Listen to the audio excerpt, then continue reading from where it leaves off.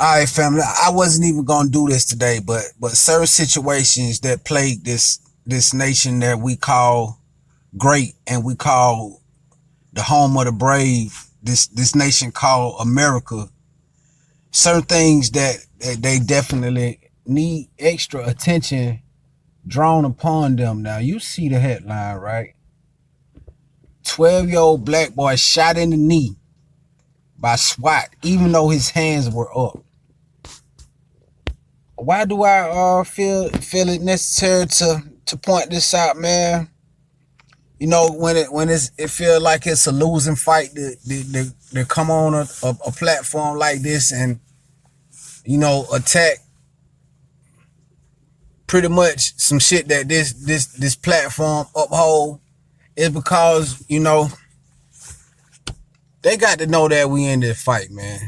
They got to know that we not gonna stop, that we gonna be persistent with these situations, man. So that's why I feel like it's got to be my normal to, every time I see a situation like this, to address it and to put my spin on it. So it says a mere worship, a 12-year-old unarmed black boy from Illinois, will never walk normally again after SWAT officers suddenly entered his home and bedroom and shot him without warning, even though he already had his hands up.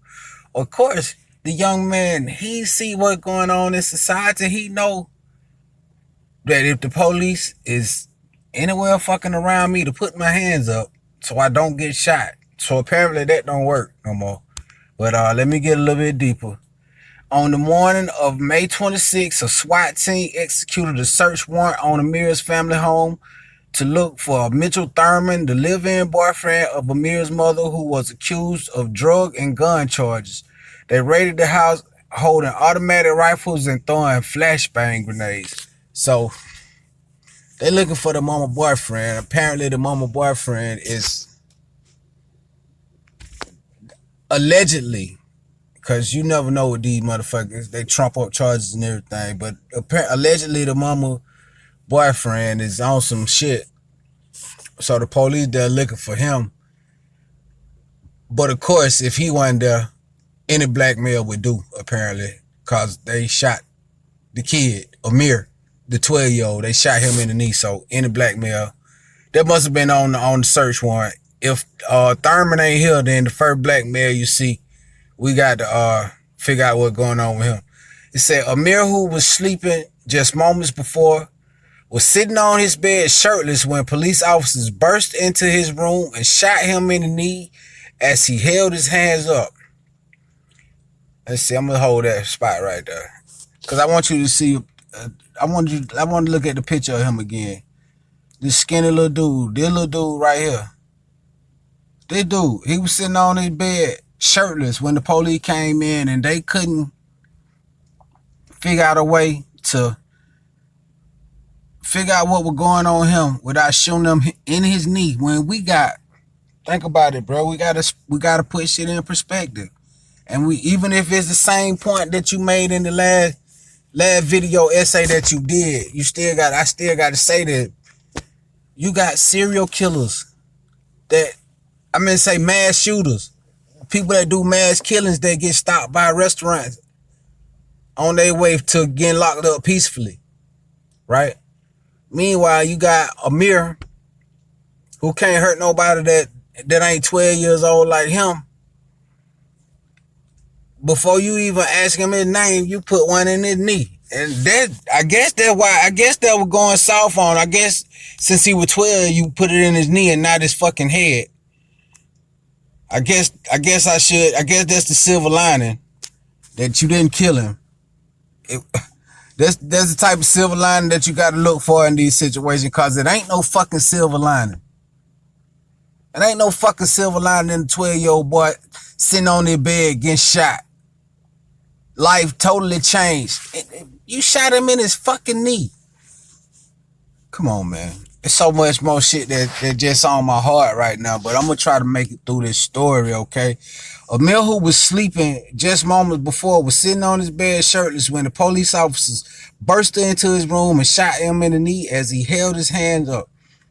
His mother heard him shouting in pain after and asked the police what was happening, but she said the police lied to her and said that they shot someone that was walking past outside. They also physically restrained her so that she could not help her son. She wasn't allowed to even go to the hospital where Amir was taken. So picture that, man. Picture that. If for my parents out there, picture that.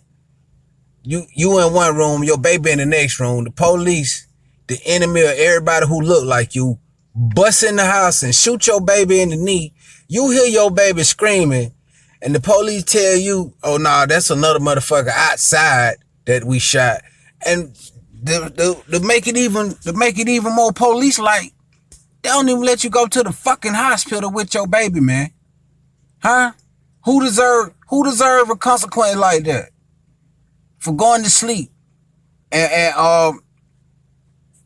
trying to have a pleasant fucking dream. Who deserve a consequence like that for trying to raise your baby the best way you know how? Huh? Who deserve that consequence, bro? Apparently my people. You know, it said, get a little bit further. The family has now reportedly filed a lawsuit against the city of the Country Club Hills in Illinois, the village of Richton Park, and several police officers. The lawsuit claims a SWAT team needlessly and recklessly terrorized and injured Amir, his 13-year-old brother, who was handcuffed very tightly, that it left marks on his wrist. So they fucking with the brother. She got a 12 and a 13-year-old. Apparently, of course, they, like we said, it was any blackmail. Anybody in the house could get it. So they after they shot Amir to contain him, they also contained the older brother, who was only a year older, 13-year-old. So he couldn't have been much bigger. But anyway. Because of the shooting, Amir's kneecap was damaged and he won't be able to run or walk normally and play sports again. He has been in the hospital several times after this injury because it got infected. Moreover, Amir and his brothers have also shown signs of post-traumatic stress disorder, according to the lawsuit. Well, I would think the fuck so, man, because if you ever thought you were safe anywhere, it was at home in your bed, bro. So if you so that's a lot of shit coming at you. That's the whole world coming at you at one time, bro. You ain't even safe at home in your bed. The police will come and get you out your bed and shoot you. This is a 12 and a 13-year-old boy coming to terms with that in motherfucking real life. Fast forward. This shit coming at them in real life. They are no longer kids anymore after this. They no longer could, if they had any small glimmer of respect for the authorities and the police, it's gone now, bro. These two fellas right here, you damaged them for life, and you done shot this man in the knee. Well, he might not be able to walk right no more or run right no more. Perfectly healthy young man. Now he back and forth to the fucking hospital for infections on his knee because you can't even take the time to, because you took the time and did your job diligently. You did your job correctly. What more could I ask of this police officer? I guess he deserves some type of commendable award for this shit. I guess he deserved Detective of the Year or Foot Soldier of the Year for going in there. The younger you can get them, the better. Go ahead and stun him before he become a man. That make him less of a threat to your society when he do become a man. That's what you think. But you probably just made him a bigger fucking threat to your society than you ever could have wanted.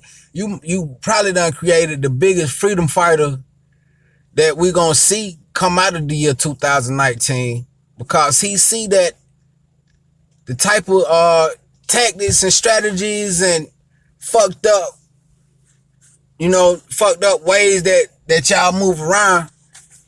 He see that this shit got to come to an end just as clear as I see it now.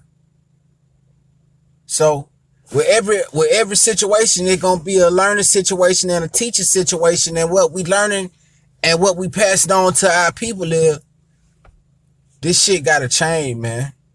And we ain't gonna be quiet about it, and we will. Shit, you about to die about it anyway. So why the fuck not be willing to die about it? You get shot with your hands up on your fucking bed. What room is it to be scared anymore?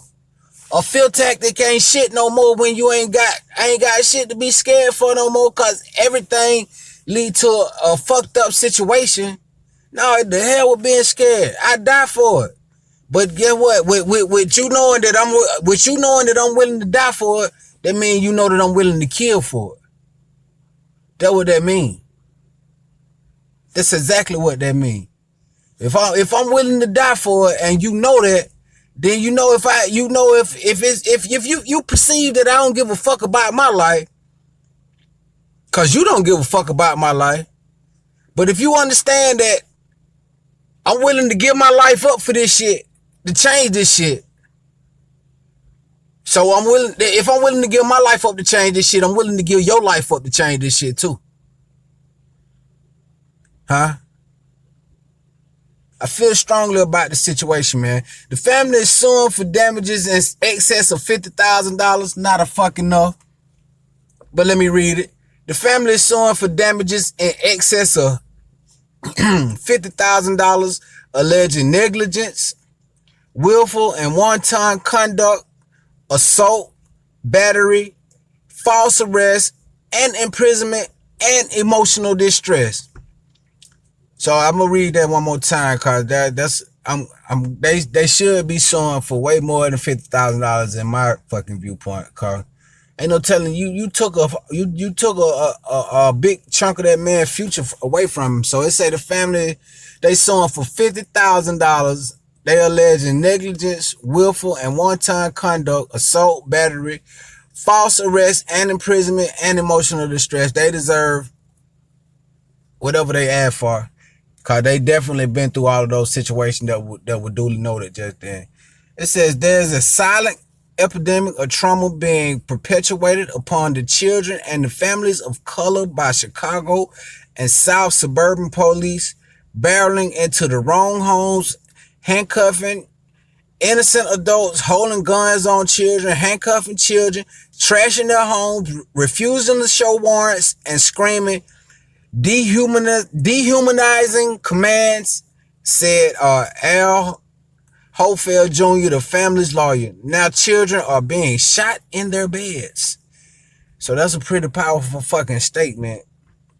Really no analytical breakdown needed for that statement, but it was powerful enough for me to want to read it again. It says there is a silent epidemic of trauma being perpetuated upon the children and the families of color by Chicago and South suburban police barreling into the wrong homes, handcuffing innocent adults, holding guns on our children, handcuffing our children, trashing their homes, refusing to show warrants, and screaming dehumanizing commands, said Al Hofeld Jr. That sound like a fucking martial law. We living under martial law, y'all. Well, they ain't even told us though. So it's like this is dire, bro. It's dire that I fight this shit every day, man. And you know, it's dire that we can't be scared. It's dire that we educate ourselves and our children to let them know that this is nothing that's supposed to be ignored. This is something that you're supposed to fight against. Even if you get hit, it's a fight. Somebody gonna get hit in a fight. You gonna get hit in a fight. I might take the blow. I'm willing to take my blow. So understand that about me when you hear me speaking on this video. I'm willing to take my consequences and my licks in life, man, in order to push my people forward. So this is a time that'll be wrote about in a history book one day, when black folks could get shot by the police sitting on their fucking bed, and nothing happened. That's what I'm fighting for this shit to be history. For when we write the history, when we write the history book, okay? When we write the history book, we'll look at this. Will be a time that'll be in our past, and it'll show why we so valid and so solid in our strength 500 years from now. Cause they'll be able to look back on this documented shit and say, "No, we never going back to that. We leaving this shit behind, and we never going back to this again, man." That's why I fight, man, for this 12-year-old boy right here. So 30, 40, 50, 100, 200 years from now, another 12-year-old boy, he ain't got to worry about the police coming in his room and shooting him while he on his bed for no crime committed. That's the reason, man. That's reason enough. If only one or two of y'all motherfuckers watch this video, that's reason enough. I had to get this shit out my chest. Like I said, I didn't even intend on doing no fucking video tonight. But just to glance at the news and this the first story that pop up, it's like, you got to speak on this. So I there it is, man. There go my sentiments on this shit. Fuck the police. They ain't give a fuck. Look at him. Look at him. They ain't give a fuck about that, man. So it fuck them. It is what it is, man. I don't even want to. I think I better stop now. Like, subscribe, share my shit, man. Godly mind state, man.